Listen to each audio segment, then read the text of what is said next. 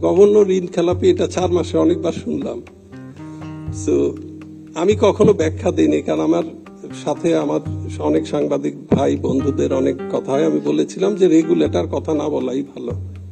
আমার আগে একটা প্রতিষ্ঠানে যেখানে আমি ইনভলভ ছিলাম, সেটা হচ্ছে যে একটা green factory lead gold certified. দুই ধরনের, একটা হচ্ছে ওভারডিউ হয়, ডিলে হয়, সেটা এক জিনিস, আর একটা হচ্ছে খেলাপি বিএল হয়ে যায় যখন। আজ পর্যন্ত সেই ফ্যাক্টরি একদিনের জন্য বন্ধ হয় নাই। আজ পর্যন্ত সেই ফ্যাক্টরি একদিনের জন্য এক্সপোর্ট বন্ধ হয় নাই। আজ পর্যন্ত সেই ফ্যাক্টরির 1 মাসের জন্য বেতন ডিলে হয় নাই। আজ পর্যন্ত সেই ফ্যাক্টরি ব্যাংকের কাছে 1 টাকা ঋণ মৌকুব চায়। শুধুমাত্র যেটা হয়েছে, সেই ফ্যাক্টরিটার প্রথম স্যাংশন ছিল এফএসএসপি প্রজেক্টের আন্ডারে, যেখানে সুদের হার ছিল 4%। তো 150 কোটি টাকা ইনভেস্ট করার পরে ব্যাংক জানায় যে ওই ফান্ডটা শেষ হয়ে গেছে, আপনাদেরকে এখন 9 থেকে 11% সুদ দিতে হবে।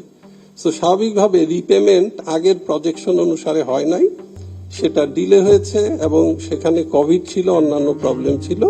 তবে এইটা নিশ্চিত থাকেন যে আমরা কখনো 1 পয়সা 1 টাকা ঋণ মৌকুব চাই নাই, ঋণ নেইও নাই, এবং সেই প্রতিষ্ঠানের মধ্যে 100 কোটি টাকার উপরে ব্যাংকে পরিশোধও করে দিচ্ছে।